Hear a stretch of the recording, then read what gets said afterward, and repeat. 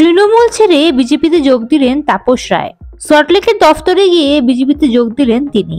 তাকে উত্তরীয় পরিয়ে দিলেন সুকান্ত মজুমদার এবং শুভেন্দু অধিকারী। তাপস রায় জানান তিনি যতদিন রাজনীতিতে থাকবেন বিজেপিতেই থাকবেন।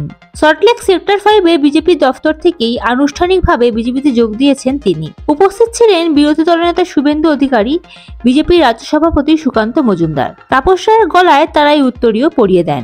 বিজেপিতে যোগ দিয়ে তাপস রায় জানান তিনি কোনোদিন বিজেপি ছাড়বেন না। তার কথায়, আমি আজ থেকে মোদী পরিবারের সদস্য হলাম, যতদিন রাজনীতিতে থাকবো এই পরিবারের সদস্য হিসেবেই আমার দায়িত্ব পালন করব। বাংলার বুকে যে অরাজক পরিস্থিতি চলছে তা ঘোচানোর চেষ্টা করব। দলের প্রতি আমি 100% সৎ থাকব। তাপস রায়কে দলে স্বাগত জানিয়ে শুভেন্দু অধিকারী বলেন, জেলা থেকে সর্বভারতীয় স্তর পর্যন্ত সব ক্ষেত্রে আলোচনার মাধ্যমে এই সিদ্ধান্ত নেওয়া হয়েছে। উত্তর কলকাতায় আমাদের দলের সংগঠনের অভিজ্ঞ নেতৃত্বের প্রয়োজন ছিল। আশা করছি তাপস রায়ের যোগদান সেই প্রয়োজন অনেকটাই মেটাবে। সোমবার বিধানসভায় গিয়ে বড়নগরের বিধায়ক পদ থেকে ইস্তফা দেন তাপস রায়। বুধবার সেই সংক্রান্ত শুনানি ছিল বিধানসভায়। স্পিকার বিমান বন্দ্যোপাধ্যায় জানান, তাপস রায়ের ইস্তফার পদ্ধতিগত ত্রুটি রয়েছে, তাই তাকে নতুন করে ইস্তফা জমা দিতে বলা হয়েছে। অর্থাৎ বুধবার তাপস রায়ের ইস্তফার কাজ ঝুলেই রইল বিধানসভায়।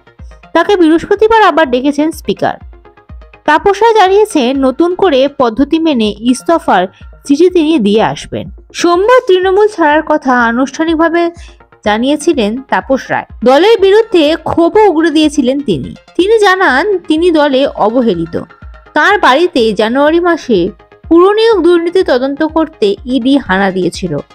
তারপর থেকে দলের কেউ তার সঙ্গে যোগাযোগ করেননি বলেই অভিযোগ। এমনকি দলনেত্রী মমতা বন্দ্যোপাধ্যায়ের কাছ থেকেও কোনো সান্ত্বনা বার্তা পাননি তাপস রায়। এরপরই দলত্যাগের সিদ্ধান্ত নিয়েছেন তিনি। তাপস রায় দলত্যাগের প্রসঙ্গে আরও একটি নাম উঠে এসেছে। তিনি উত্তর কলকাতার বিধায়ক সুদীপ বন্দ্যোপাধ্যায়।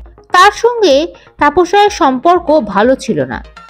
দলত্যাগের ঘোষণার সময় তাপস রায় জানান তার বাড়িতে ইডির হানার নেপথ্যে সুদীপ বন্দ্যোপাধ্যায়ের হাত রয়েছে।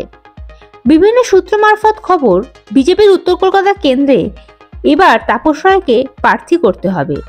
সেক্ষেত্রে প্রতিদ্বন্দ্বী সুদীপ বন্দ্যোপাধ্যায়ের বিরুদ্ধে তাপস রায়ের লড়াই দেখতে পাবে Bangla. Bureau report, ND Bangla news.